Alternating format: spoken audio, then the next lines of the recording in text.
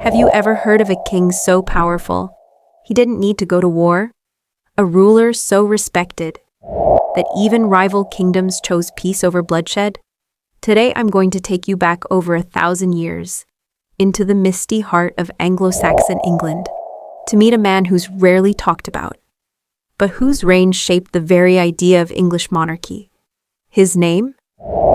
King Edgar, or as history remembers him, Edgar the Peaceful.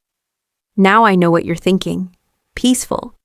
That doesn't sound like an exciting king, but let me tell you, behind that calm title lies a ruler of fierce intelligence, cunning strategy, and royal flair. He tamed rowdy nobles, unified a fractured England, and pulled off a symbolic ceremony so powerful, it's still used in British coronations today. So sit back, relax, and let's dive into the little-known world of King Edgar, the teenage king, the lawgiver, the dragon tamer of peace. And trust me, by the end of this journey, you'll realize why Edgar's nickname should have been Edgar the Genius. Here starts our part 1, the boy who became a king. Let's begin at the beginning. It's the year 943. England is still a land of scattered kingdoms and petty rulers. And into this world, Edgar is born, the son of King Edmund I and Queen Elfgifu of Shaftesbury. Now, Edgar didn't exactly have a smooth childhood. When he was just a toddler, his father was murdered, stabbed in a brawl in a monastery of all places. So the young Edgar grew up in a world of danger, palace intrigue, and shifting power. His older brother, Edwig, took the throne first. And let's just say, Edwig was no fan of rules. According to old chroniclers, he was more interested in parties than politics.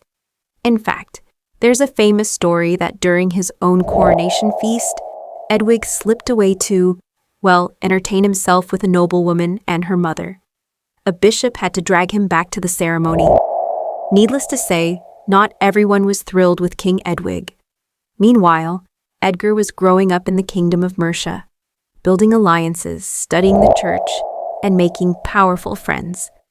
Especially one man in particular, Dunstan, the future Archbishop of Canterbury.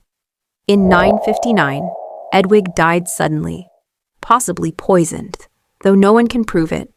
And just like that, Edgar became king. He was only 16 years old. But don't let that fool you.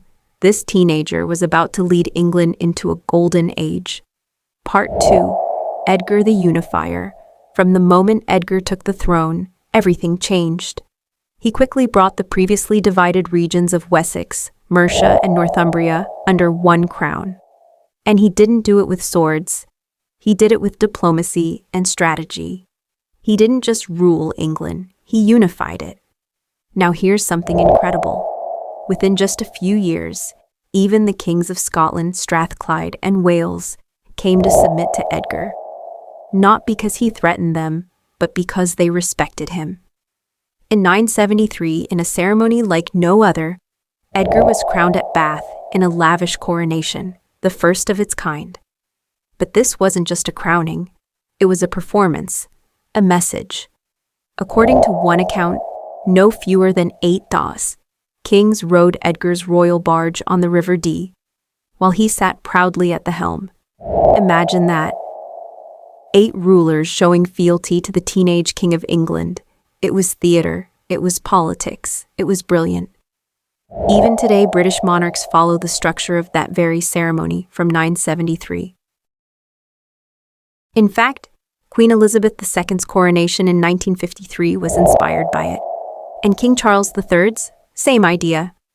So next time you watch a royal coronation, remember, that tradition began with a young man named Edgar. Part 3, the lawmaker and church reformer. But Edgar wasn't just about symbolism, he was a serious ruler, and a strict one. He issued a series of laws that standardized weights, promoted fairness, and reinforced royal authority. He worked closely with Dunstan to reform the church, removing corrupt clergy and bringing monastic life under stricter discipline.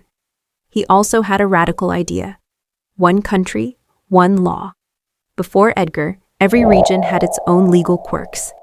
Edgar started the long process of unifying those laws, and that made the idea of a single, united England more real than ever. And here's a fun fact. Edgar's laws were among the first to mention currency regulation. Yep. He made sure coinage was consistent and even introduced penalties for counterfeiting. So you could say he helped invent the idea of the pound sterling. He was deeply religious, but not in the usual way. Edgar believed in justice over fanaticism. His laws were designed to protect the poor and the church, but also to restrain corruption within the church. Imagine that in the 10th century. Here starts part 4, a king with a wild side. Now don't get the wrong idea. Edgar wasn't some angel in a crown. He had his wild side too. Legend says he killed a rival nobleman in cold blood to marry the man's wife, Elfrith, who became queen and mother of the future king, Ethelred the Unready. One particularly juicy legend. Edgar once saw Elfrith while she was married to another man and became so obsessed, he orchestrated that man's death just to marry her. Game of Thrones, anyone? And he was no saint when it came to relationships. He had at least 3 known relationships and children from each. His personal life was complicated. But here's the thing. In Anglo-Saxon politics, marriages were about power. Edgar played that game very well. And perhaps the most ironic story of all? Despite being known as the Peaceful, Edgar was a firm believer in strong military readiness. He maintained a massive navy and drilled his forces regularly, ensuring that nobody dared attack. Peace through strength. That was Edgar's real strategy. Part 5. Death and Legacy. In 975, Edgar died suddenly. He was only 32. The cause remains a mystery, though some sources suggest illness and others hint at foul play. But his legacy? That's where the story truly lives. After his death, civil war broke out between the supporters of his sons. One faction supporting Edward the Martyr, the other Ethelred the Unready. The peace Edgar worked so hard to build began to unravel. Still, his reforms left a lasting mark. His legal codes influenced later kings, and his coronation became the blueprint for 1,000 years of English tradition. And historians agree, without Edgar's rule, the unification of England might have taken centuries longer. Part 6. Strange and Surprising Facts.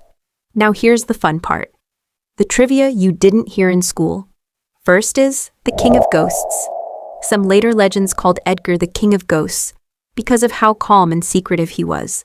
One chronicler said he ruled with the silence of death and the strength of 10 armies. Second is, monk by moonlight. Edgar was said to sneak into monasteries in disguise to make sure monks were doing their jobs. One story claims he once slept overnight in a cold cloister just to prove his piety. Third is, birds of a feather. Edgar is often shown in art with a raven on his shoulder, a symbol of Odin. Some scholars think this was intentional. He wanted to be seen as both a Christian king and a pagan warlord, to appeal to every part of his kingdom. Fourth is a psychic prophecy. A monk claimed he dreamed of Edgar turning into a dragon and flying over England, dropping gold on villages and fire on rebels. Wild, sure. But the story spread, reinforcing his legend as a king of wealth and wrath. Fifth is the original King Arthur.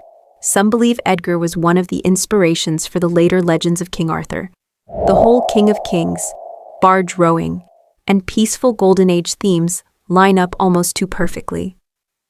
So, at the end, what do we make of Edgar the Peaceful? He ruled for just 16 years. He fought no major battles. He died young. And yet, he left behind a unified England, a legacy of law and order, and a coronation ceremony that would outlast empires.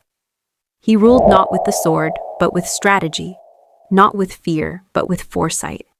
And in doing so, he built something more powerful than an empire. He built a nation in a world obsessed with warrior kings and battlefield glory. Edgar shows us a different kind of greatness, the power of restraint, wisdom, and peace. So next time you hear about kings of the past, remember this quiet genius from the shadows of history. Because in the end, Maybe the greatest kings are the ones who don't need to fight. Thanks for watching. If you enjoyed this deep dive into medieval England, hit that like button, subscribe for more untold stories from history, and let me know in the comments who you'd like to hear about next. Until next time, stay curious, stay bold, and remember, history is never boring when you know where to look.